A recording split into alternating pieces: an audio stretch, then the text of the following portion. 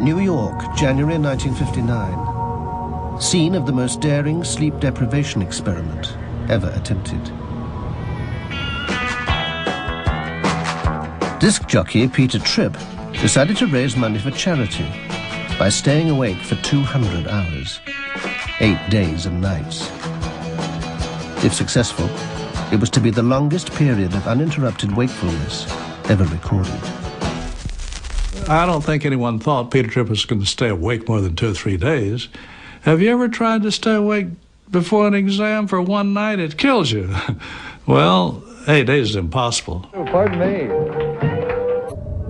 In 1953, Jolly West had been a young psychiatrist working at a U.S. Air Force base in Texas. He treated a group of American pilots who'd been captured by Chinese communists in the Korean War. The Chinese had tortured the prisoners by preventing them from sleeping. I felt that some of the Air Force POWs had not recovered their former personality function after they returned. They told me that they weren't themselves. On January 20th, 1959, Tripp launched his attempt to break the world record for sleeplessness. To maximize publicity for the March of Dimes charity, he broadcast his show from a studio in the middle of Times Square. He was a very cheerful, upbeat guy, and that's what we observed at the very beginning. He called himself Mother's little curly-head boy, and away he went. He would spin his records not 4 hours a day, but 24 hours a day, and he would chatter and answer his phone calls and do the whole disc jockey's shtick. While New Yorkers listened in their millions, the doctors kept Tripp under constant observation. As the hours mounted, it became harder for them to keep him awake.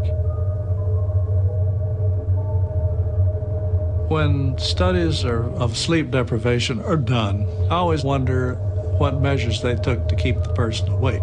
Because when we studied Peter Tripp, that was our objective, to make absolutely certain that he stayed awake, and we did. I had the graveyard shift. From midnight till 8 o'clock in the morning, I had my eyes focused on that guy, because after 2 or 3 days, you can imagine he wanted to play games, you know. He'd want me to look out the window at something while he'd catnap a few seconds. We never did do that. We wouldn't let him do this. He would say, now I'll just go to the bathroom a few minutes, and it'll be out. We said, we're going to go to the bathroom with you. Oh, he was mad and incensed, but finally we said, look, if you got the bathroom and sit down, you're going to go to sleep, don't you know? The whole experiment's over. Oh, he said, okay. So as inconvenient and as awkward as it was, we were with this man constantly. By the third day, Tripp's behavior had begun to change. He was abusing everyone around him, even his barber, who he'd known for years. Peter began cursing the barber, really being terrible to him and insulting him, and the barber cried. He didn't understand this. He began crying when Peter cursed him. His mean body temperature progressively declined over this period of time, and the lower it went, the crazier he got. Tripp had begun to see things that weren't there. He mistook one of the doctors for an undertaker who'd come to bury him. He ran into the street, terrified. At first, the medical team were puzzled by the hallucinations, but then they made a surprising discovery. When we sleep, we enter a period of REM sleep every 90 minutes. It's during this stage that we dream. Tripp's brainwaves showed that although he was awake, the hallucinations were shadowing the 90-minute cycle of dream sleep. There was a 90-minute cycle of relative confusion and relative clarity that would ebb and flow. During the time that he would, if he were sleeping, have had REM sleep, those were the times he was most likely to hallucinate.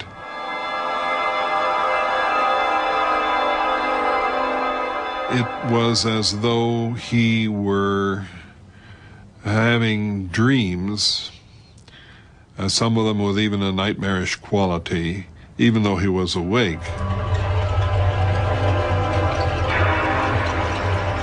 He began seeing spiders in his shoes, and he talked about them, was fearful of this.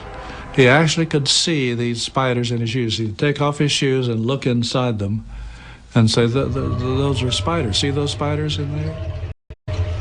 If you're seeing and hearing things that aren't there while you're awake, you're mad.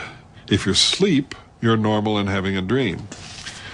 So it's the question of whether you're awake or asleep that makes the difference. And in his case, since he wasn't allowed to sleep, it's as though his normal dreaming pattern began to show itself.